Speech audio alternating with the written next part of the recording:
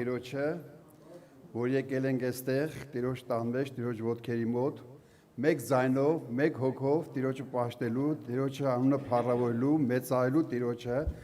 օրհնյալ է մեր Հայր Հիսուս Քրիստոսը, որ այս հնարավորությունը ստեղծել է մեզ համար։ Եկել ենք շատ լավ է, դա երանելի է, բայց կտրվենք աշխարհից, ունայն մտքերից, հոգսերից, ամեն բան թողնենք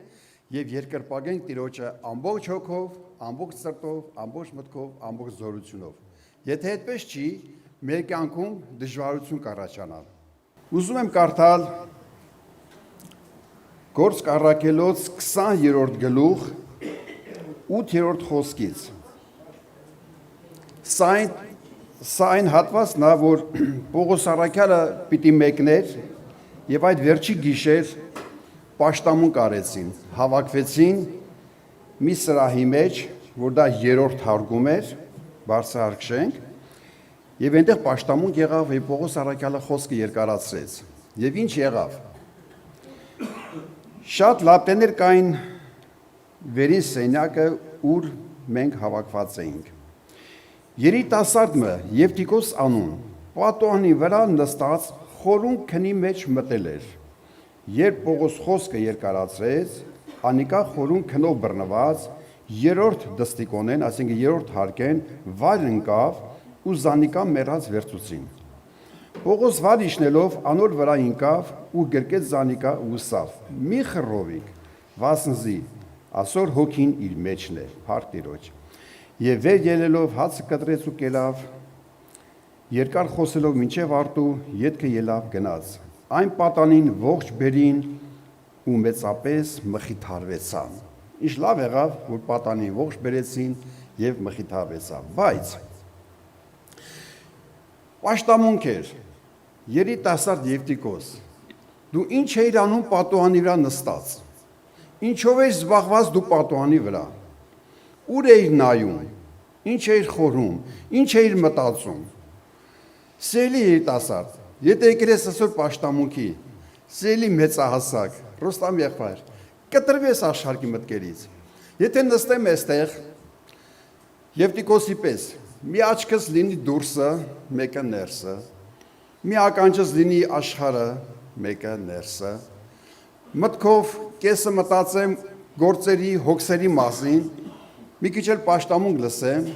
եւ հանկարծ ինչ է տեղի ունենում։ Երիտասարդը գնում է խորը քնի մեջ։ Մեր կյանքում էլ է պատահում, ֆիզիկապես չէ։ Մենք հոգեպես թմրում ենք, մենք հոգեպես ենք դժվարության մեջ, ինչ որ խոսում է չենք հասկանում։ Եվ հանկարծ հայտնվում ենք պաշտամունքից զրկված, աշխարհի գործով զբաղված, պաշտամունքներա լինում մենք աշխատում ենք ընտանեկան հոգսերի կարիքների համար, բայց Տերը ասել է, ձեր հոգսերը ինձի տվեք։ Ես գիտեմ ձեր կարիքները։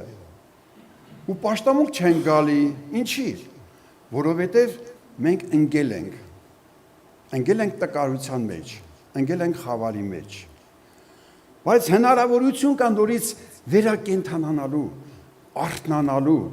եւ Տիրոջը գալու։ Սերներ, այդ արթությունը շատ լավ բան է, շատ լավ բան է։ Երբ որ տեսնում ես մեկը դարձի է եկել, երբ որ տեսնում ես մեկը թողել աշխարհ եկել է եկեղեցի, ուրախանում ես, երբ որ տեսնում ես որ մեկը երկար ժամանակ ներկա չի եղել ու եկել է, ուրախանում ես։ Այդպես էլ ուրախացան երիտասարդին, երբ որ բերեցին վերև, ուրախացան։ Բայց խնդիրը որն է, որ մենք եւ Տիկոսի պես ոչ թե նստենք ու կիսվենք կեսը եկեղեցին, կեսը աշխարհին,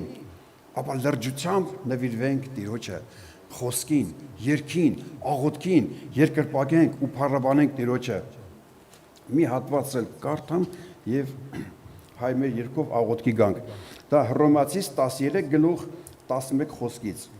Եվ այսպես ըրեք, գիտնալով թե ժամանակն է, որ քնից արթնանանք, վասնզի հիմա մոտ է մեզ փրկությունը, քան թե այն ատեն, որ հավատացինք։ Գիշերը շատ անցած է, ու ցորեկը մոտեցած, ուստի մեկդի դնենք խավարի գործերը, աշխարհի գործերը, հոգսերը ու մեր վրա հագնենք լուսո զենքերը, որպեսզի կարողանանք հաղթել։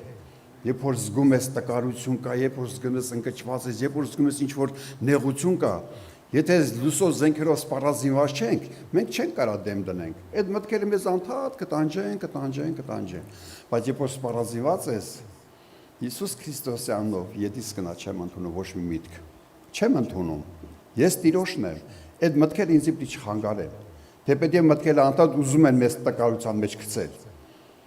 Տերը օգնական լինի, փառք Տիրոջը։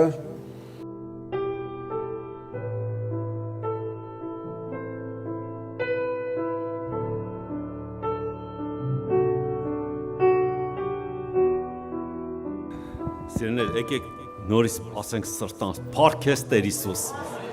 Փառք Տիրոջը, որ այսօր Տերը ինձի բերեց նորից եկեղեցի, ինչքան օրհնյալ է, չէ՞ ասենք, որովհետև Աստծո տան մեջ է գտնվում այն յուղը, այն օծությունը, որ այսօր Տերը օծում է, քույր եղբայրներ ջան։ Ես մի կարճ բան, մի վկարճ վկայություն ասեմ, ովքեր որ այսօր ի սրտե եկել են պաշտամունքի։ Ուրեմն մի օր մեր Հայաստանում պաշտամունքի տեղը ես այդձև նստած էի ու ժողովուրդը գալիս էին։ Մենք մի հատ քույրիկ ունենք, ինքը ոտքերից շատ տկար էր, փեդով սենց հազիվ գալիս էր պաշտամունքի, մեծ տարիքով քույրիկ էր։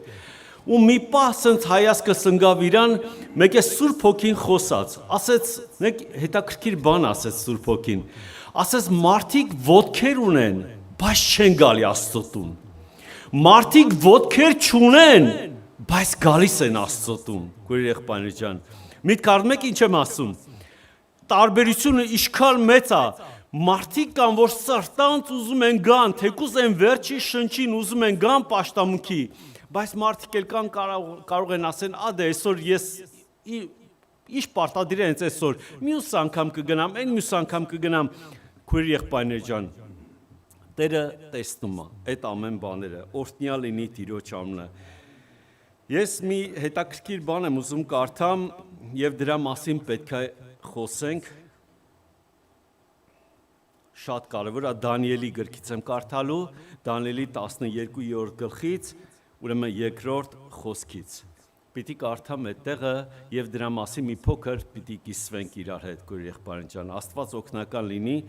Դանիելը վերջի գլուխներն ամանավանդ վերջի այսօրվա ժամանակների համար գրել է Դանիելը։ Եվ ես կարդում եմ երկրորդ խոսքից. երկրի հողին մեջ քնացողները շատերը պիտի արթնանան։ Գրածա շատերը։ Ոմանք հավիտենական կյանքի համար, ոմանք ալ նախատինքի ու հավիտենական անարգանքի համար։ Եվ երրորդ խոսքը ձև ասում. եւ իմաստունները երկնքի հաստատությանը լույսին պես ու անոնք որ շատերը արդարության կառաջնորթեն աստղերու պես պիտի փայլին հավիտյանս հավիտենից։ Ովքեր պիտի փայլին? Իմաստունները։ Նայեք երրորդ խոսքը նորից եմ կարդում։ Եվ իմաստունները լույսի պես ու անոնք որ շատերը արդարության կառաջնորթեն աստղերու պես պիտի փայլին հավիտյանս հավիտենից։ Իմաստունները պիտի փայլեն։ Ես ուզում եմ հետաքրքիր հարց տամ. ովքեր են այդ իմաստունները, որոնք պիտի փայլեն։ Ես առաջ միշտ իմանում եմ, թե լավ կրթված մարդիկ դրանք իմաստուններն են։ Լավ գիտություն ունեցողները դրանք իմաստուններ են։ Գիտնականները դրանք իմաստուններն են։ Բայց եթե որ այդպես որ վերցնում ես, առաքյալների մեջ կային ձկնորսներ, ոչ գրագետ մարդիկ, բայց մտնում էին իմաստության մեջ։ Ովքեր էին վերջապես, եկեք իմանանք, թե այդ իմաստունները։ Հետո մի տեղ էլ կարդամ Դանիելի, ուրեմն նորից 12-րդ գլխի 8-րդ խոսքը, պիտի կարդամ 8-ից 10 խոսքերը, այս ձև ասում, որպեսզի հասկանանք, թե ովքեր են իմաստունները։ Ես լսեցի, բայց չհասկացա։ Ուսի, ով տերին, ասոնց վերջը, ինչ պիտի ըլա։ Անինք ասավ. գնա ով Դանիել, քանզի այս խոսքերը մինչև վերջի ժամանակ գոցված ու կնքված են։ Շատերը պիտի մաքրվին,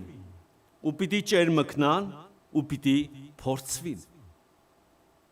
Սա մի ուրիշ թեմա է, դրա մասին մի անգամ մի օր կխոսվի, եղբայրները կխոսան։ Շատերը պիտի մաքրվին, մաքրվելուց հետո պիտի ճերմկնան, ճերմկնալուց հետո պիտի փորձվին, գույր եղբայրներ ջան։ Հետաքրքիր է, չէ՞ ասենք, ինչքան դու գնում ես սրբության, այնքան ոսկին ինչով է փորձվում,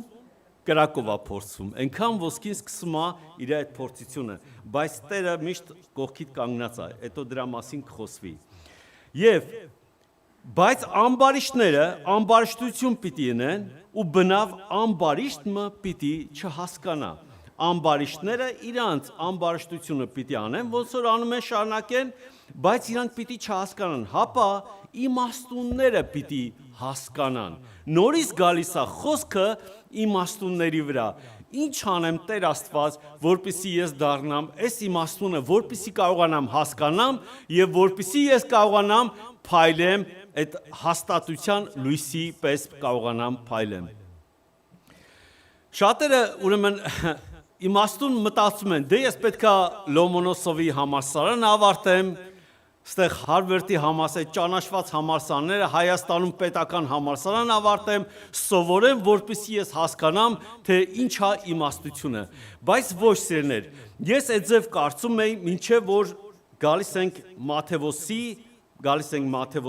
ուրեմն 25-րդ գլուխը, ես պիտի այդ մասը կարդամ։ Երկնքի թագավորությունը կնմանի 10 կույսերի։ Ես գիտեի, թե հավատացյալ լինելը, օրինակ հետաքրքիր է, եղար հավատացյալ մտար իմաստության այդ իմաստունների մեջ, թե ոչ։ Մտանք իմաստունների մեջ։ Ես էլ եմ ձեր մտածում, բայց չէ, էդի դեռ վերջը չի, գորի եղբայրներ ջան։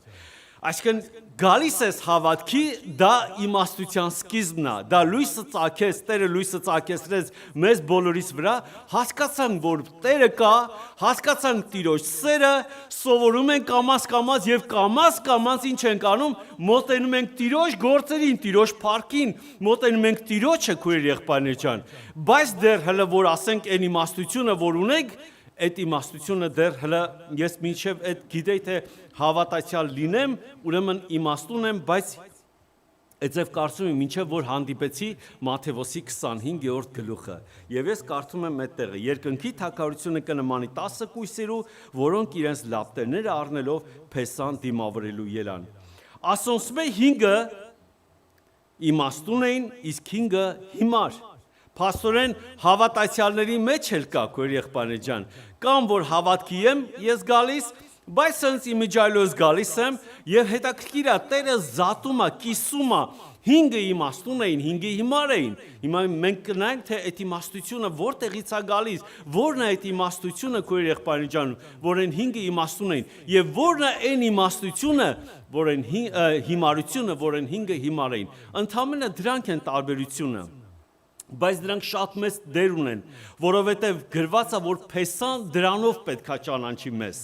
Փեսան դրանով պիտի գա մեր հետևից, քույր եղբայրներ ջան։ Եթե ես գալիս եմ հավատքի, պատկերացնում եք, ես գալիս եմ հավատքի,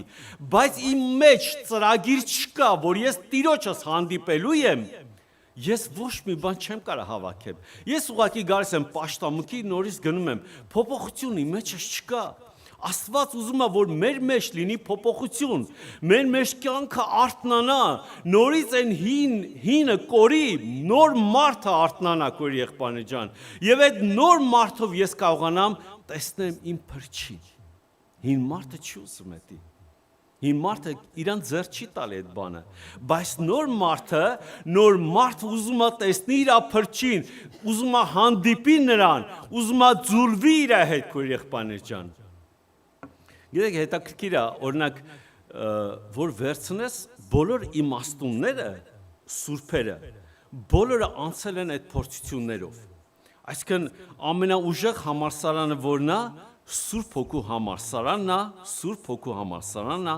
որը Աստված տանում է փորձություններով, եւ ասում է իմաստունները ինչ պետք է լինեն, պիտի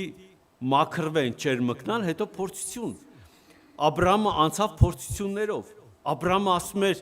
Աստված Աբրահամին ասում էր, լսի Աբրահամ, ես քեզ վահան եմ։ Աբրահամն ասում էր, Տեր Աստված, դու ասում ես ինձի վահան ես, ես ժառանգորդ չունեմ։ Ասում էր, Աբրահամ, ես քեզ ասում եմ, ծովի աստղերի չափ, ծովի ավազի չափ պետքա լինի քո ժառանգությունը։ Ասում էր, Տեր Աստված, ես մի հատիկ ժառանգորդ չունեմ, ես արդեն 100 տարեկան եմ, մի հատիկ չունեմ։ Աստված ասում էր, տղես, ես քո հետ եմ, ես եմ ժառանգ տալացողը։ Նայում ենք Դանիելի փորձությունը, նայում ենք բոլոր սուրբերի փորձությունը, նրանք ավարտել էին Սուրբ Հոգու համալսարանը, քույր եղբայրներ ջան։ Եվ Աստված մեզ էլ ուզում է տանի Սուրբ Հոգու համալսարանով, որպեսզի ես իմ կյանքի փորձություններով իմաստություն ձեռք բերեմ։ Ամեն։ Դա արդեն այդ համալսարանը ընդունվելու ու ավարտելու համար տարիքը կապ չունի։ Կարող է ես լինեմ 100 տարեկան, բայց նորից սովորեմ այդ համալսարանում, ընդունվեմ ու սովորեմ այդ համալսարանում։ Երբ որ Տերը ինձ կանչեց, ուղղակի եղբայրներ շատ անգամ են ասել այս խոսքը, այսօր կանչեց, այսօր մի ասա վաղը կգամ։ Ասա ուրեմն Տեր, դու այսօր ես ինձ կանչել, ուրեմն իմ հրավերը այսօրվա համար է, որ ես այսօր արթնանամ, մեջս արթնություն առաջանա ու ես գամ դեպի քեզի։ Մի հատ քույրիկ երբ որ ննջեց, հիշում եմ, ես շատ էի սիրում այդ քույրիկին։ Գիշերը ժամը 2-ն էր, ես գործից որ տուն վերադարձա, ուզում էի զանգեի, եղբոր մայրիկ էր այդ քույրիկը, ես էլ շատ մոտիկ էի, ու տես տխուր էի, ինձի զանգեցին, ասին գիտես, այս քույրիկը ննջեց, գիշերվա ժամը 2-ն է, ու եկա տուն եմ եկել, քունս չի տանում, չեմ կարողանում քնեմ, նստած եմ էձև, մեկ էլ հետաքրքիր է, Տերը սենց հետաքրքիր բան ասեց, նա մտավ հավիտենություն, ասի ես գիշերվա ժամը 2-ն եմ, պիտի զանգեմ այդ եղբորը, Տեր ինձ իսես բան ասեց, սենց ձայնը, ոչ թե միտք տվեց, այլ ձայնը ասեց, նա մտավ հավիտենություն, երկնքի արքայություն։ Ու ես զանգեցի այդ եղբոր ասի, լսի ասի, սենց հայտնություն ունեմ քո մամայի վրայով, որ քո մամայի մասին Տերը սես բան ասեց, որ մտավ հավիտենություն, երկնքի արքայություն։ Ասեց այ աղբեր, հենց նոր մի հատ եղբայրը զանգեց, նույն բառերը այդ եղբայրը ասեց, երկու հոգու վկայությունը հաստատություն է։ Քույր եղբայրներ ջան, Աստված մեզ պատրաստել է հավիտենության համար, երկնքի արքայության համար, ոչ թե երկրի համար։ Եվ այդ իմաստությունը Աստված Սուրբ Հոգու համալսարանը, որ Տերը ուզում է, որ մենք ավարտենք, Սուրբ Հոգու համալսարանը սովորենք, մտնելու Սուրբ Հոգու հավիտենությունը, որտեղ Սուրբ Հոգու հետ մենք պետք է մտնենք։ Եվ շարունակությունը ես կարդում եմ, ասոնց մե 5 իմաստուն են, իսկ 5-ը հիմար։ Հիմարները առին իրենց լապտերները, բայց իրենց հետ յուղ չարին։ Այս էր կարևորը քո եղբայրներ, որտեղ էր գտնվում իմաստությունն ու հիմարությունը։ Հիմա դուք բոլորդ եկել եք յուղ եք ձեր հետ հավաքում։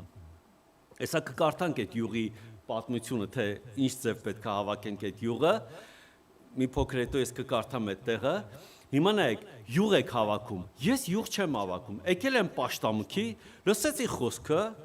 եղբայր ջան, Արմեն ախպեր, Գևորգ ախպեր, ես ինչ լավ եք խոսում, Տեր օրհնի ձեզի ու թողեցի գնացի տուն։ Գնացի տուն, սկսեցի իմ կինոներս, գնացի իմ հոգսերս, իմ խնդիրներս, իմ առօրյա կյանքով նորից ապրում եմ։ Պաշտամունքի օրը գալիս եմ։ Ես լսեցի յուղ առակ կերա, բայց Աստված ասում է ինչ արին իմաստունները, բացի իրանց լապտերները, նայեք ուշադիր նայեք, սիրելիներ, սակայն իմաստունները իրենց լապտերներուն հետ, բացի լապտերները լցնելուց, իրանց հետ ինչ էին առնում, ամաններով յուղալ առին։ Երբ որ ես բանտի մեջ էի, Տերը ասեց, ուրեմն այն թարգմանիչները գնացել էին, ովքեր որ թարգմանում էին Աստծո խոսքը խոսալու, ասի Տեր, ես ուրեմն ստեղ էլ արդեն ավելորդ եմ, ես ստեղ գործ չունեմ անելու,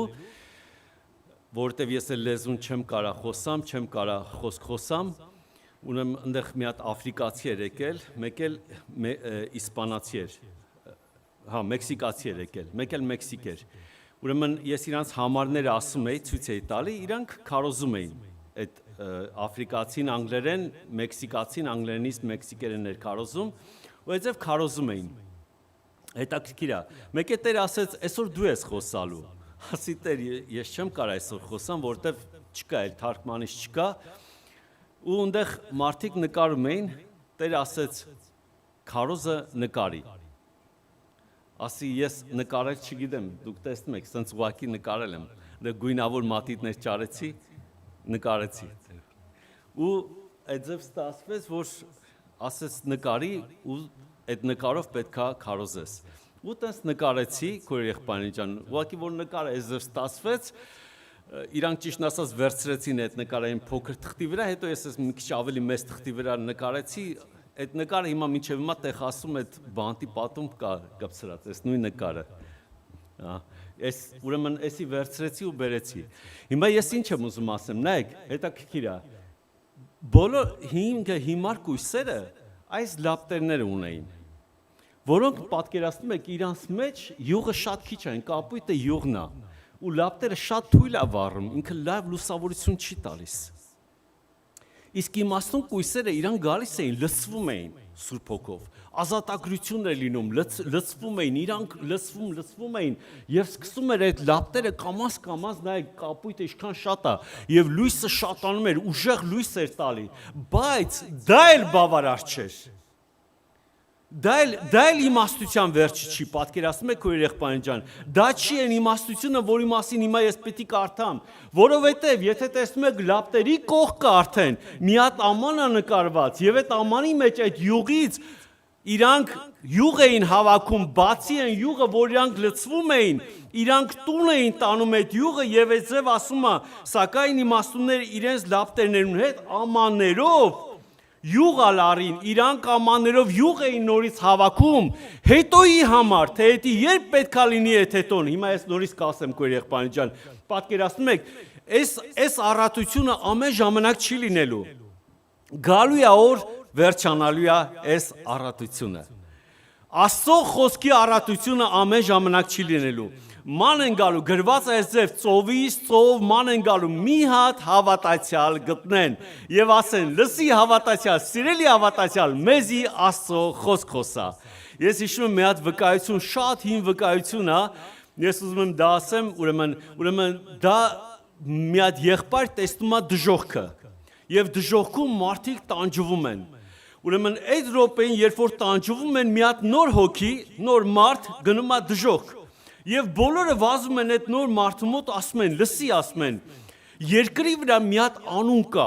որ այդ անունը երբ որ տալիս ես, դու փրկվում ես։ Հիշում եք այդ անունը։ Հիսուս անունն է, որ փրկիչ է կոչվում։ Մենք այսօր կարողանում ենք տանք։ Ու երբ որ այդ անձնավորությունը գնում է դժոխք, բոլորը վազում են իրան ասում են, լսի, դու գիտես այդ անունը, ո՞րն էր այդ անունը, մենք մոռացել ենք այդ անունը։ Եվ այս անձնավորությունը ասում է, ես գիտեմ, ես պաշտամունքների եմ գնացել, ես գիտեմ այդ անունը, եւ ուզում եմ որ տա այդ անունը չի կարողանում տա, մոռանում է։ Հետո նորից նոր մարդ է գալիս է բոլորը վազում են այդ նոր մարդու մոտ ասում են երկրի վրա մի հատ անուն կա, որ այդ անունը եթե տաս, փրկվում ես, ո՞րն է այդ անունը։ Ասում է ես գիտես ինչքան եմ երգել, 30 տարի երգել եմ այդ անունը, ես հիմա կասեմ։ Չի կարողանում ասի, մոռացել է։ Նորից մեկը գալիս է, ասում են վասում են, լացակումած, լսի, խնդրում եմ, այդ անունն է մենակ փրկելու մեզի, ո՞րն է այդ անունը, որ պիտի փրկվենք։ Ասում է ես 30 տարի քարոզել եմ այդ անունը, ես հիմա կասեմ, քարոզել եմ այդ անունը։ Չի կարողանում ասի այդ անունը։ Քուրեր եղբայրներ ջան, ինչի համար, որովհետև այդ կողքի անոթը ինքը իր այդ զապաս յուղը չէր հավաքել։ Պատկերացնում եք, այս յուղը շուտ մարելու վրա է էլի նորից, բայց զապասը հավաքում է, որովհետև ժամանակներ պիտի գան, որ քու կողքին մարդ չի լինելու կամ մի հատ անես պրոբլեմի մեջ ես ընկած, ոչ մեկ չկա, հեռախոս չկա, ոչ մի բան չկա, դու ես ու քո Տեր Աստվածը, այդ յուղը պետք է քեզի փրկի։ Ես որ առաջի անգամ նոր որ ինձի տարան բանտ, ես միշտ ասում եի Աստված ջան, հետաքրքիր է, կարող է ես յուղ չունեմ, ու սկսում էի գիրք չկար, մոտս ընդհանրապես գիրք չկար, ասում էի կարող է ես մոռանամ Տեր, կարող է ես մոռանամ, մտքիս մեջ պարկում էի ու սկսում էի ես Աստվածաշունչը մտքիս մեջ թերթել, կարդում էի Աստվածաշունչը մտքիս մեջ ու աղոթում էի Տեր Աստված հանգարց չմոռանամ ես Աստծո խոսքը։ Բայց Տերը ողորմություն արեց, քույր եղբայրն ջան, ինչի համար էր պետք է այդ յուղը, այդ անգամ զապաս յուղը, որտեվ ասում է բոլորը, որ կարդում ես, ասում է կես գիշերին, երբ Փեսան ուշացավ, ամենքն ալ թմրեցան ու քնեցան, բոլորը քնեցին։ Կես գիշերին ձայնը եղավ, ահա Փեսան կուգա, զանիկա դիմավորելու ելեք, այն ատեմ բոլոր կույսերը ելան, հիմարներն էլ ելան, գիտեք, Եվ իմաստունները ելան, եւ հիմարները ելան, բոլորը արթնացան այդ րոպեին, որտեվ ձայնը, հերեշտակի ձայնը, շեփորի ձայնը բոլորին արթնացնում է, այն ատեն բոլոր կույսերը ելան ու իրենց լապտերները շտկեցին, հիմարները սին իմաստուններուն, տվեք մեզի ձեր յուղեն, վասզի մեր լապտերները մարելու վրա են, պատասխան տվին իմաստունները ուսին, չլա թե մեզի ու ձեզի չբավականանա,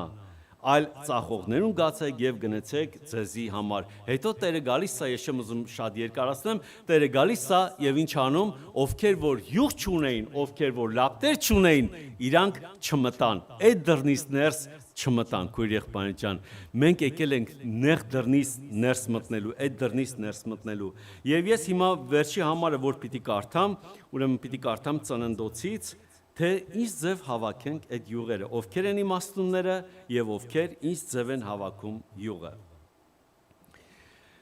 Եթե հիշում եք Հովսեփի կյանքը,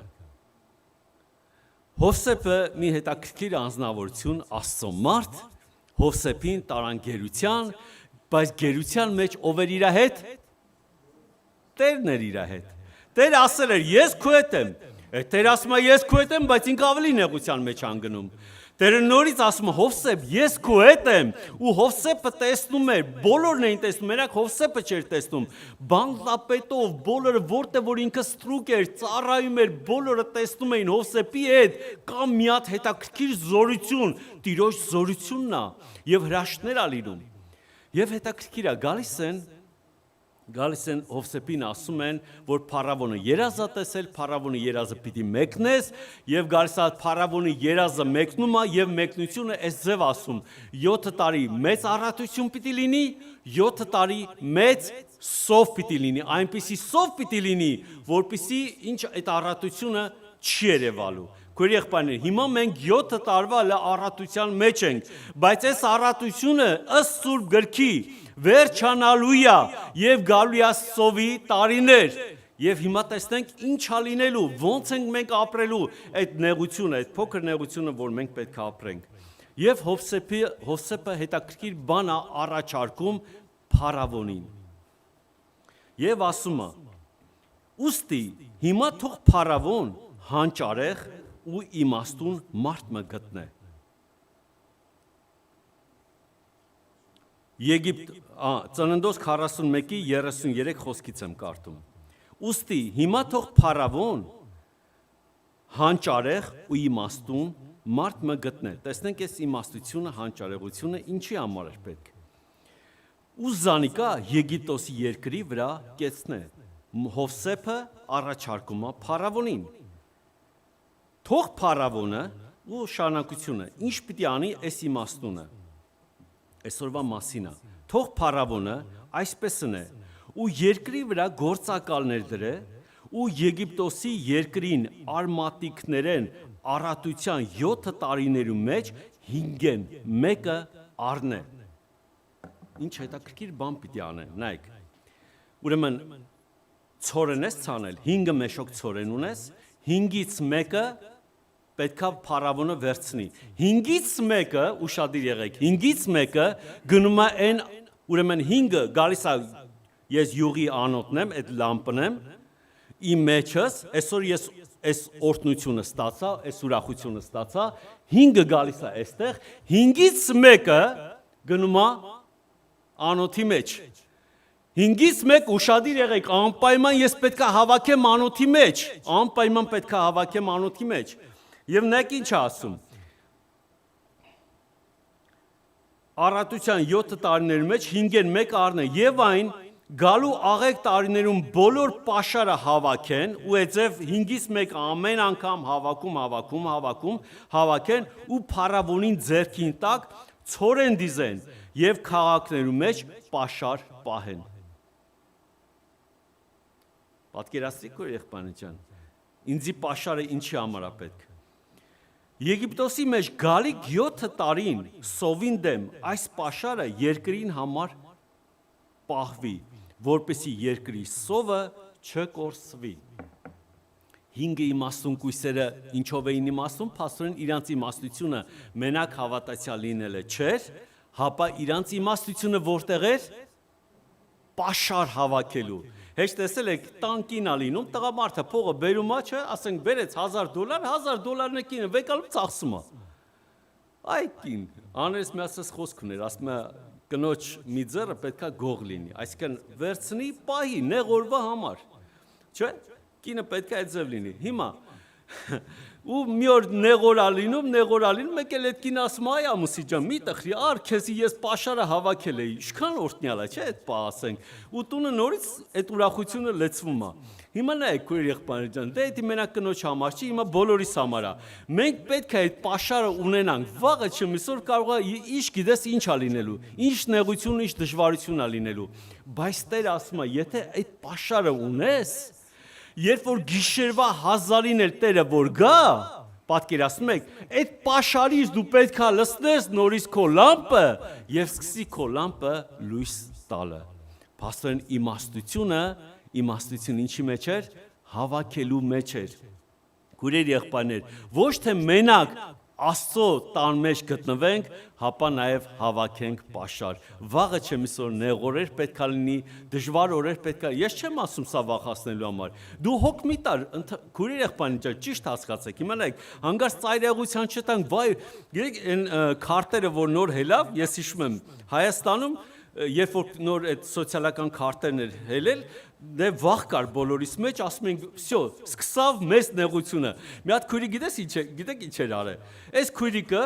ուրեմն 3.5 տարվա համար պահածո էր սարքել։ Պատվալը սենց լցրել էր պահածոները, որ 3.5 տարի որ սով լինի, այդ պահածոները կհանի կբացի կուտի։ Ու ես այդ քույրիկին ասի, այ քույրս ասացի, երբ որ այդ նեղությունը գա, քեզի տնից հանելու են, այդ պահածոները մնալու է։ Ասաց, ես չի մտածել դրա մասին։ Փաստորեն քեզի ոչ թե փրկելու է այդ պահածոները, հապա այն յուղը, որ դու Աստծո խոսքից հավաքել ես, Աստված քեզի ագրավի միջոցով էլ կկերակրի։ Գիտեք ինչի համար է գրած ագրավի միջոցով։ Ինչն էր պատճառ ագրավը, ինչի համար ագրավը։ Ագրավը դա մի կենդանի է, որ ինքը ընդհանրապես ոչ մեկ է չի կիսվում։ Այդ ինչ որ գտնում է, ինքը իրան է ուտում, ինքը ընդհակառակը ագրավը գող կենդանի է, գողանում է ուրիշից, ոնց քեզ պիտի տա։ Բայց Աստված հրամայեց Ագրավին եւ Ագրավը բերեց Եղիային 3.5 տարի ամեն օր Ագրավը հաց էր բերում Եղիային տալիս։ Ագրավը ես հիմա չեմ ուզում եմ որ ճիշտ հասկանաք աշխարհի մարդը անգամ աթեիստ մարդ կարող է լինի, անգամ ես իմիշ մարդ կարող լինի, Աստված իրան կասի կհրամայի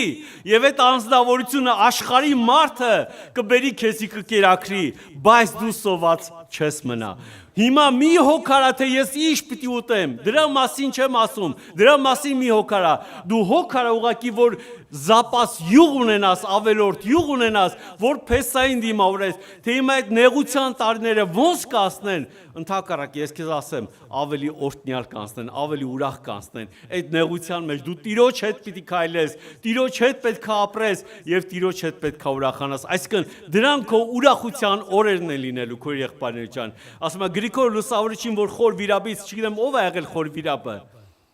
հետ մտել եք ներսը Ինչքան է դժվարության մեջ ասենք, խոր վիրաբից երբ որ հանում են հարց են տալի, ասում են, որն է քո ամբողջ կյանքի տարիների ամենաերջանիկ տարիները, ասում են, երբ որ ես 14 տարի ապրել եմ խոր վիրաբում, ասում են, բայց խոր վիրաբում դու 14 տարի նեղության մեջ, ասում են 14 տարի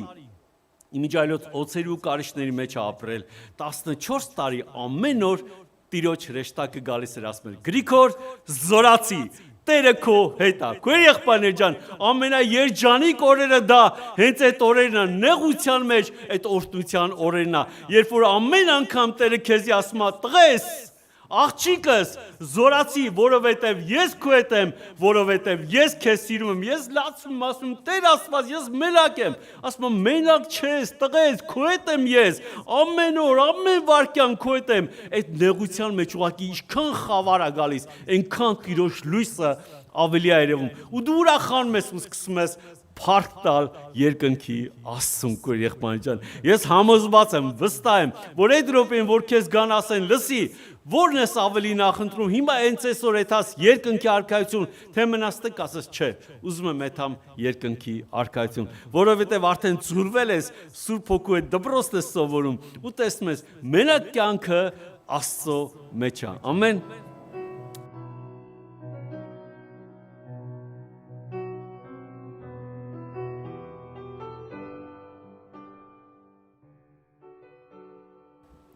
Անսահման փառք մեր Տեր Հիսուսին, մեր Տիրոջ անունը փառավորվի։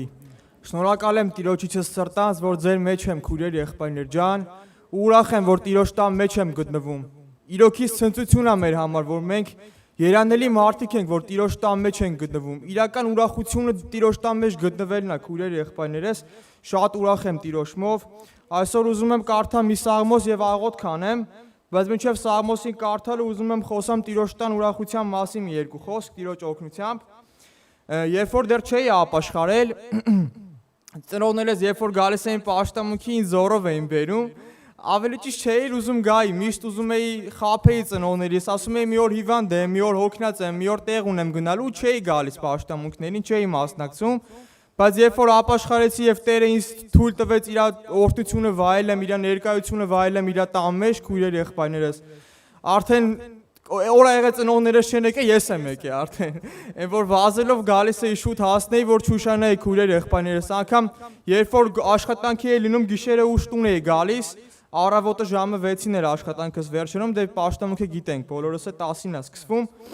3 ժամ քնում էի ու ասում էի Տեր, խնդրում եմ ինձ զորացրու ուժ ու կարողություն տու, գոնե գնամ խոսքդ լսեմ, քո ներկայությանդ մեջ քո համը, քո ճաշակեմ քո քաղաքացիությունը Տերես, ու Տերը զորացնում էր, անգամ եղել է քույրեր եղբայրներ 2 ժամ եմ քնել ընդամենը, ես իմ վիճակին չեմ նայ, ասել եմ Տեր, գնում եմ քո տուն։ Տերը ինձ իրենց զորությունա տվել, ոնց որ ես 10 ժամ քնած ելնի, արդեն կարիք չեմ ունեցել քնելու, գնացել եմ տուն ու չեմ քնել ամբողջ օրը, փառք մեր Տեր Հիսուսին։ Կարդալու եմ Սաղմոս 84-ը Ինչպես սիրելի են քու բնակարաններդ, ով զորած Տեր, իմ անձս կփափագի ու նաև կմարի, Տիրոջը սրաներուն համար, իմ սիրտս ու մարմինս ցնծությամբ կաղաղակեն, կենդանի Աստծուն, ճնճղուկն ալ տուն գտավ, ու ծիծեռնակը իրեն բույն, իր ձագերու դնելու համար, քու սեղաններուդ քով, ով զորած Տեր, իմ թագավորս ու Աստվածս, Երանի անոնց, որ քու տանդ մեջ կբնակին, անոնք անդադար քեզի պիտի օրհնեն, Երանի այն մարդոց, որոնց զորությունը քեզմե է, ու իրենց սրտին մեջ քու տանը ճամփաները կան, արտասված հովիտեն անցնելով աղբյուրի պես կնեն զանիկա, առաջին անձրևն ալ օրհնությունով պիտի ծածկե զանիկա, անոնք զորություն պիտի երթան, մինչև որ Սիոնի մեջ Աստծո առջև Երևան, ով զորած Տեր, զորած Աստված, լսե իմ աղոթքս,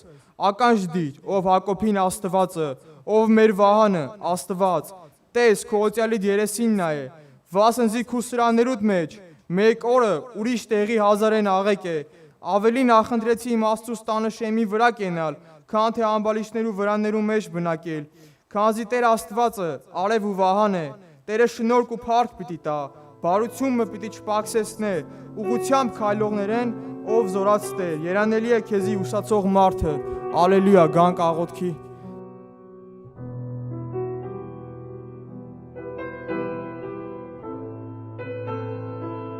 Օրհնյալինի Տերը սիրներ, Փառք Հիսուսին։ Երբեմն մեր տներից ներս, ասենք, լինում է սովորական, ասենք, թեթև կերակուր, երբեմն լավ ճոխ սեղաններ։ Այսօր ճոխ սեղանների օր է, սիրներ, Տերոջ ժողովրդի համար։ Այսօր խորովածի տեսակները կան, այս պինդ կերակուրներ կան այսօր տան մեջ եւ Տերը ուզում է շարունակի տալ, բայց կարևորը որ մեր ականջները բաց լինեն, ինչպես որ Հուսամ եղբայրը խոսեց սկզբում, շատ այդ սկզբից սկսած ես տեսնում եմ Տիրոջ գործը, տեսնում եմ Աստծո խոսքի ներգործությունը կա, արդյոք մենք հասկանում ենք դա, արդյոք մենք շոշափելի զգում ենք, որ Աստված խոսում է մեզ հետ, Աստված է խոսում Մարդը անոթ է, մարդը պիտի իրան պատրաստ է, ես պետքա պատրաստեմ ինձ, որ մաքուր անոթ լինեմ, որ Աստված օգտագործի ինձ եղբայրներին, որևէ մեկից, սակայն խոսողը Աստծո հոգին է,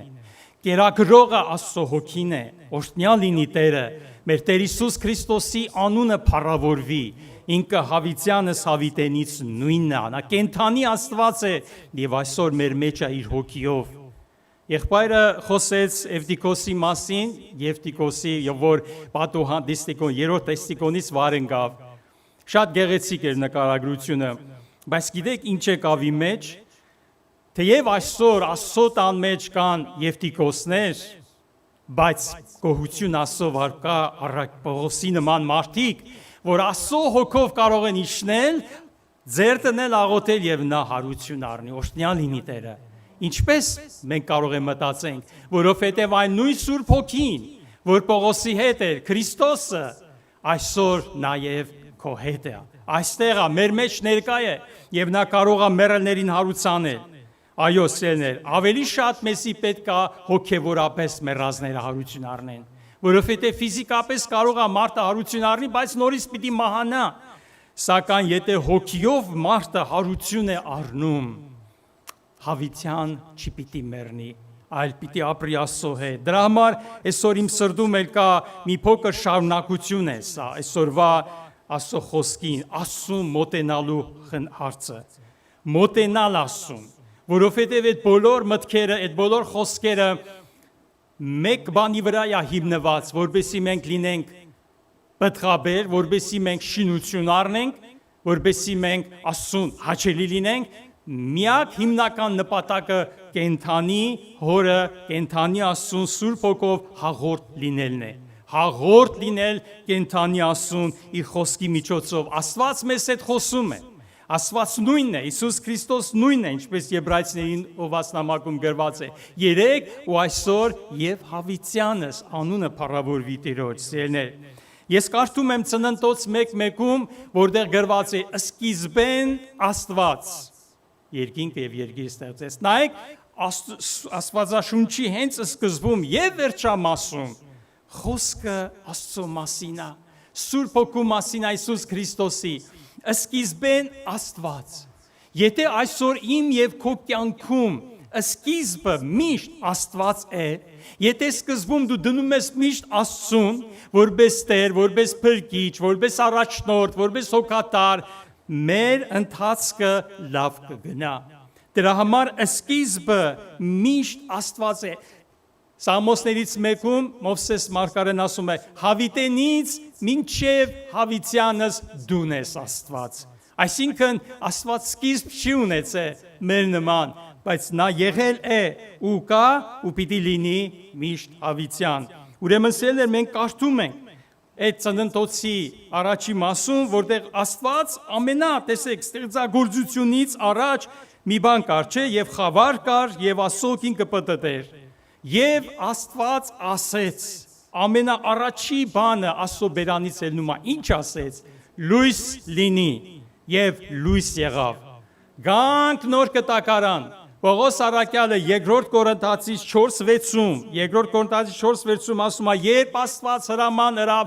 խավարեն լույս լինել, ինք մեր սրտերի մեջ ծագեց Աստծո փառած գիտության լույսը տալու համար։ Ալելույա։ Ինչ ասա նշանակում։ Սա նշանակում է, որ Աստված ուզում է ամենաառաջի բանը, որ իմ եւ քո մեջ ծագի, որ շատերիս մեջ ծագել է, եւ մենք իրան ճանաչենք, եւ մենք Աստծո հետ հաղորդություն ունենանք, սիրելիներ։ Առաջի գործը, որ նա մեզ հայտնվի։ Եվ ինչ հրաշալի է դա, որ ամեն բան որևէ բան ստեղծածից առաջ Աստված ուզեց մեր մեջ հայտնվի։ Դա Պողոս առաքյալին բացվեց Սուրբ Հոգով, եւ նա գրեց, եւ այսօր մենք ենք ստանում դա եւ շինություն ենք ապրում, սիրելիներ։ Աստված, ես ստեղծված եմ Աստծո փառքի համար։ Մենք Աստծո փառքն ենք։ Նա մեր փառքն է, մենք իրանն ենք եւ ստեղծեց Աստված մեզ իրեն երկրպագելու համար։ Դրա համար մարդու ներսը դատարկ է, եթե Աստծո առասված երկրպագություն չկա, ճանաչում չկա, չի ճանաչում, նրա ներսը դատարկ է։ Մարդը պիտի փորձել լեցնել նյութական բաներով, բայց նրա ներսը պիտի մնա դատարկ, որովհետև այդ դատարկությունը դա հոգու դատարկություն է։ Նյութը, փողը, ոսկի, արծաթ չի կարող լեցնել ոչ մի բան, բայց միայն Աստված։ Օրհնյալ լինի Տերը, սիրելիներ, ես իր ուրախությունն եմ, նա էլ մեր ուրախությունն է։ Մենք Աստծո ուրախությունն ենք եւ նա մեր ուրախությունը։ Միթե սիրելիներ, Աստված, որ արեգակը ստեղծեց, լուսինը ստեղծեց, դրանցով ուրախացավ։ Տեսավ, որ ամեն բան աղեկ է, բայց անհատական կապ եւ հաղորդություն այսօր Աստված ունի իր ստեղծագործության հետ, որովհետեւ Աստված մեզ ստեղծեց իր պատկերով եւ իր նմանությունով։ Դրա համար Սուրբ գրքում կարդում ենք Կողոսացիներին ուղված նամակի մեջ էլ 1:16-ում գրված է. բոլոր բաները անով եւ անոր համար ստեղծվեցին։ Ես ամբողջ համարը չեմ ընթերցելու։ Հռոմեացիս 11:36 ամեն բաները անքե ու անով եւ անոր համար են, իրեն փառք հավիտյանս ամեն։ Առաջի գործը, Աստծո առաջի գործը միշտ սա է, որ Աստված է մեզ մոտենում։ Աստված է մեզ մոտենում, Աստված է, որ մեզ սիրում է։ Առաջի գործը, որտեղ գրված է, մենք զանիկա կսիրենք, որովհետև առաջուց նա մեզ սիրեց։ Ուրեմն առաջի քայլը դեպի մեզ անողը դա Աստված է, ոչ թե մենք իրեն։ Մենք երբեք իրեն առաջի քայլը չենք անում, առաջի քայլը նա է մեզ անում, լուսավորում, մեզ սիրում, տալիս մեզի այդ կարողությունը, որպեսզի փոխադարձ սեր ցուցաբերենք իրեն։ Նա է առաջինը մեզ փնտրում, սիրելիներ, եւ ոչ թե ես իրեն։ Աստված է, որ մեզ փրկում է եւ հետո մեզ կանչում եւ որբեսի մենք իրեն ճանաչենք եւ ունենք այդ աստվածային կապը եւ հաղորդությունը մեր փրկչի, մեր արարիչի հետ։ Օրհնյալ լինի նա հավիտյանս։ Հրաշալի մի խոսք կա համար երկրորդ Տիմոթեոսի մեջ, երկրորդ Տիմոթեոս 1:9, որ մեզ փրկեց ու սուրբ կոչումով կանչեց, ոչ թե մեր գործերի նայելով, հապա իր նախասահմանությանը ու շնորհքի նայելով, որ Քրիստոս Հիսուսով մեզի տրվեցավ հավիտենական դարերեն առաջ։ Հալելույա։ Սիրներ, հավիտենական դարերից առաջ Աստված մեզ փրկեց եւ եկավ այդ օրը, որ նա մեզի կանչեց։ Հիմա մեզ նաեւ տվեց ականջ լսելու եւ կարողություն, որպեսզի մենք գանք իրեն։ Աստված է, որ առաջ մեզ կանչում է, որպեսզի մենք իրեն մոտենանք։ Ինչու՞։ Որովհետև առաջի Տիմոթեոս 6:16-ում գրված է, որ նա բնակվում է անմերձենալի լույսի մեջ, որովհետև մարդոսմե մեկը չտեսավ, տեսնելու ալ կարող չէ։ Ալելույա։ Այսինքն, սերներ, նա գիտե, չէ՞ որ մենք մեռած մարդը, խավարի մեջ մարդը ոնց կարա փնտրե Աստծո երեսը, դրա համար ինքը առաջ մոտենում է մեզ եւ նա սպասում է, որպեսզի հիմա էլ մենք մոտենանք իրեն։ Այսա է ուզում Տերը այսօր յուրաքանչյուր մեկից ասել։ Ուրեմն մենք հիմա կարող ենք Աստծուն մոտենալ, որովհետև Աստված մոտեցել է մեզ։ Ուրեմն Սամոս 73 եւ շատ տեղերում կան այս խոսքերը, այս մտքերը, ասում է Սամոս 2-ում, բայց Աստծուն մոտենալս բարի է ինձի։ Այսինքն Աստծուն մոտենալ, Աստծուն մոտեցեք, ասում է Հակոբոսը, եւ անիկա ձեզի պիտի մոտենա։ Եթե ես պիտի Աստծուն մոտենամ, ինչ պետք է անեմ, սիրելիներ, եթե ես պետք է մոտենամ Աստծուն, նշանակում է ինչ որ մեկ ուրիշ բանից պետք է հեռանամ։ Սա շատ կարևոր բան է։ Եթե ես պետք է մոտենամ Աստծուն, ես պետք է հեռանամ աշխարհից։ Ես պետք է հեռանամ մեղքի կյանքից։ Եթե ես լույսին եմ մոտենում, ես խավարից պետք է հեռանամ։ Եվ սա է ասել մոտենալու գաղտնիքը, որ մոտեցեք Աստծուն, դրա համար Աստծո խոսքը մեզ սովորացում է նաև հրաժարվել ինչ բաներից։ Դրանք մարմնի եւ աչքի ցանկություններն են եւ այս աշխարհի մեղքը։ Ինչպես Պետրոս Առաքյալը իր երկրորդ նամակում գրում է հետեւյալ ձևով, ասում է. «Եվ աշխարհի մեջ ցանկություն է առաջացած ապականությունեն փախչելով»։ Մենք մոտենանք Աստծուն։ Փախչելով խավարից, փախչելով մեղքից, մոտենանք Աստծուն։ Երեմիայի մեջ Երեմիա մարգարեն, ավելի շուտ Աստված Երեմիա մարգարեին այսպես է ասում, Երեմիա 33-րդ գլուխ 3-րդ համարը. «Ինձի կանչե ու քեզի պատասխան տամ, եւ քեզ մեծ եւ խորին բաներ պատմեմ, որոնք դու չգիտես»։ Աստված ասում է ինձ կանչիր, ու ես քեզ պատասխան պիտի տամ։ Նա խոսում է իր զավակին, իր մարգարեին, իր անոթի հետ։ Գիտեք, սիրելիներ, այսօր հազարավոր մարդիկ կան, որոնք կանչում են Աստծուն, բայց Աստված նրանց պատասխան չի տալիս։ Գիտեք ինչի՞։ Հիմնական պատճառներ շատ կարող են լինել, բայց հիմնական պատճառը դա մեղքն է։ Հիմնական պատճառը, որովհետև մենք իր ճամփաների մեջ չենք քայլում եւ նրա պատվիրանքները չենք կատարում։ Եվ մենք կանչում ենք Աստծուն եւ Աստված մեզի պատասխան չի տալիս։ Շատ հզոր համար կա Առակաց գրքի մեջ, Առակաց առաջի գլխի մեջ, որտեղ այսպես է գրված, Առակաց 1:28-ից 30 համարները. «Այն ատեն ինձի պիտի աղակեն ու պատասխան պիտի չտամ, զիս պիտի փնտրեն ու պիտի չկրնան գտնել»։ Ինչու՞։ Որովհետև ասում է գիտությունը ատեցին, Տերոջը վախը չընտրեցին, իմ խրատներս չուզեցին ու բոլոր հանդիմանությունս անարգեցին։ Երբ որ մարդը մերժում է Աստծո ձայն, երբ որ մարդը Աստված կանչում է, դրանից առաջ Առակացի մեջ ասում է, ես կանչում եմ, բայց ինձի պատասխան տվող չկա, նա աղաղակում է, բայց ձայն հանող չկա։ Դրա համար հետո երբ որ նեղությունն է գալիս, ասում է, նրանք պիտի ինձ աղաղակեն, ու ես իրանց պատասխան պիտի չտամ։ Պատճառը, որ իմ ճամփաների մեջ չեն քայլում, որ իմ պատվիրանքները չեն կատարում։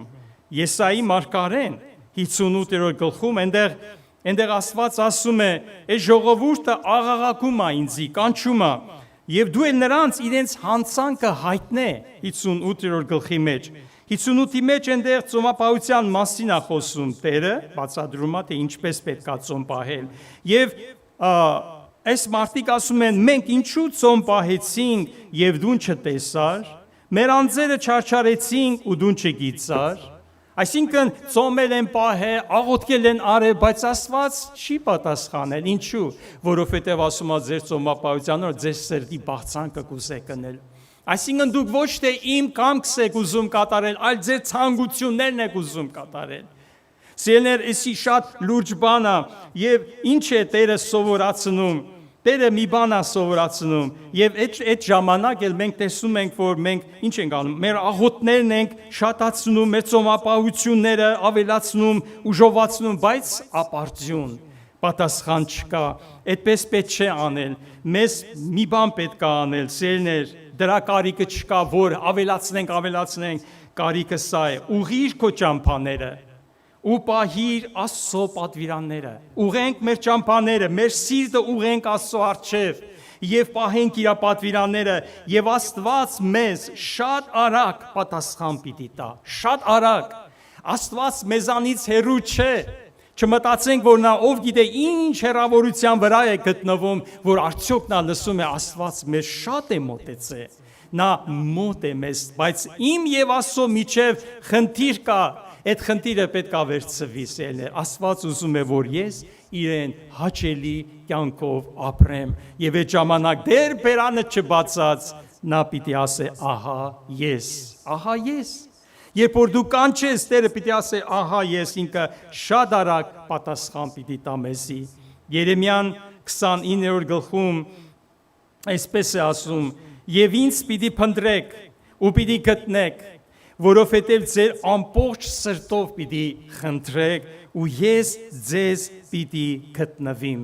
Այդպես է ասում խոսքը, ու ես ձեզ պիտի գտնվիմ, այսինքն, եթե Տերը մեզ չհայտնվի,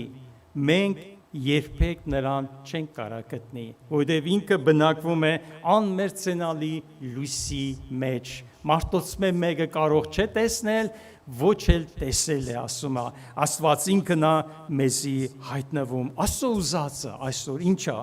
ուզում է, որ մենք իրեն հաճելի լինենք, իր կամքը կատարողներ, իր պատվիրանները պահողներ, դա է, չէ՞, սերը։ Հովհաննու ավետարան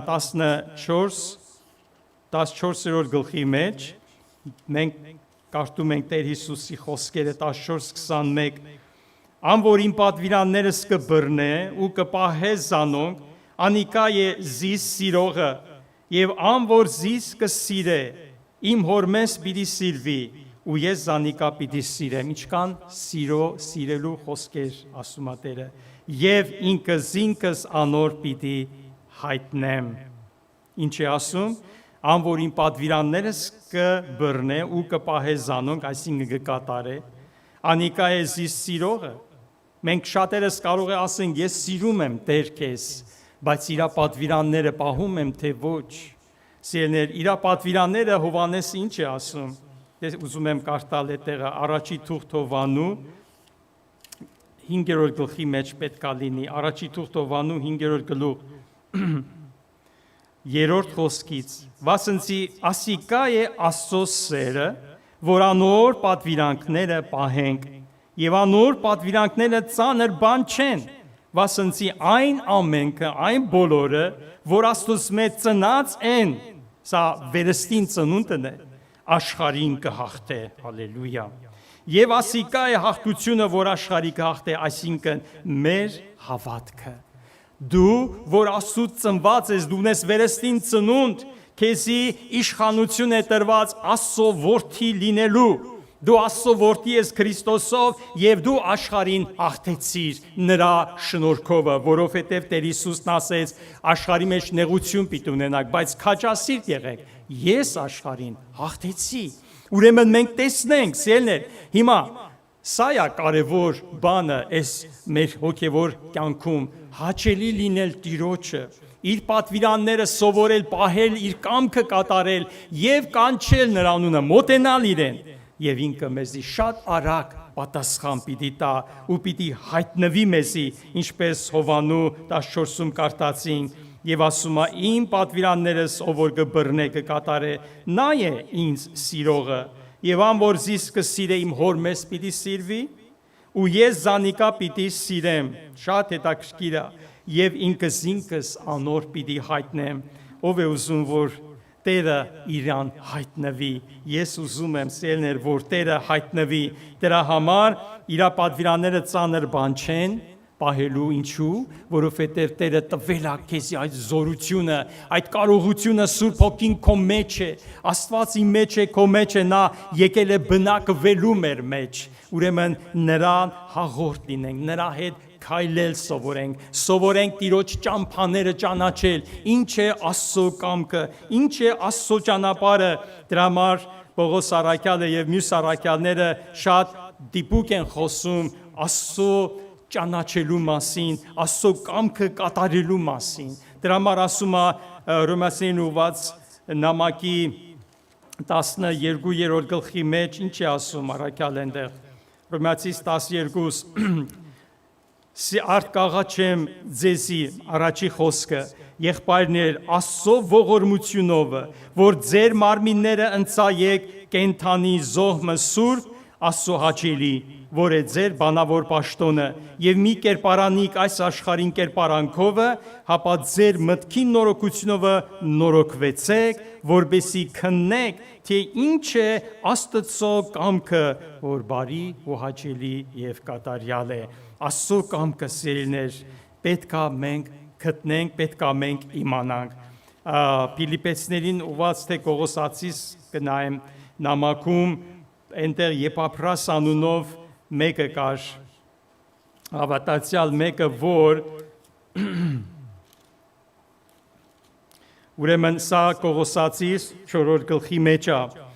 12 համար բարև կնե ձեզի Եփափրաս Քրիստոսի ծառան, որ ձեզմե է ամեն ատեն աղոթքի մեջ ձեզ համար ջանք անելով, որբեսի ինչ անում աղոթքի մեջ ջանք անել, որբեսի դուք կատարյալ եւ լման կենաք Աստծո բոլոր կամքի մեջ։ Սա լուրջ եւ կարեւոր խոսք է, սիրելիներ, որ այսօր ես ու դու կանչված ենք։ Սուրբ Հոգին մի բան ուզում մեզանից, քայլիր իմ հետ, պահիր իմ պատվիրանը, պահիր իմ խոսքը եւ հաղորդ եղիր կյանքին։ Հիսուսն ասեց, ես եկա, որ կյանք ունենան եւ ավելի։ Այս ավելին դա շնորհքն է, Աստվածային շնորհքը, որ Պողոս առաքյալը շատ տեղերում խոսում է, ասում է, եւ այս բոլոր բաների մեջ ավելի հաղթող կլանք անով, որ մեզ սիրեց։ Եվ հետո իջնելով ներքև ասում է, ես գիտեմ, վստահ եմ, որ ոչ մի բան չի կարա մեզ զատե Աստծո սիրուց, որ Քրիստոս Հիսուս մեր Տիրոջմով է։ Այսինքն իմ կապը Աստծո սիրո հետ մեջտեղում Քրիստոսն է։ Քրիստոսն է ինձ կապում Հորը հետ։ Նա է միջնորդը, նա է ինձ փրկողը։ Աստծո սերը իմ վրա Հիսուսի միջոցով է։ Ուրեմն ամուր բռնենք մեր փրկությունը։ Ամուր բռնենք Աստծո խոսքը, կատարենք նրա կամքը։ Նա է ինձ սիրող ասես Տերը, ան որ իմ խոսքս կպահե, իմ պատվիրաններս կպահե եւ կկատարե։ Տերը թող մեզ զորացնի սիրելիներ։ Խոստովանություն անենք Աստծուն, եթե ես չեմ պահել, չեմ կատարել, սիրելիներ, Սուրբ Հոգին դա է ուզում մեզանից, որ ես լսող եւ կատարող լինենք։ Տերը մեզի օգնական լինի։ Ամեն։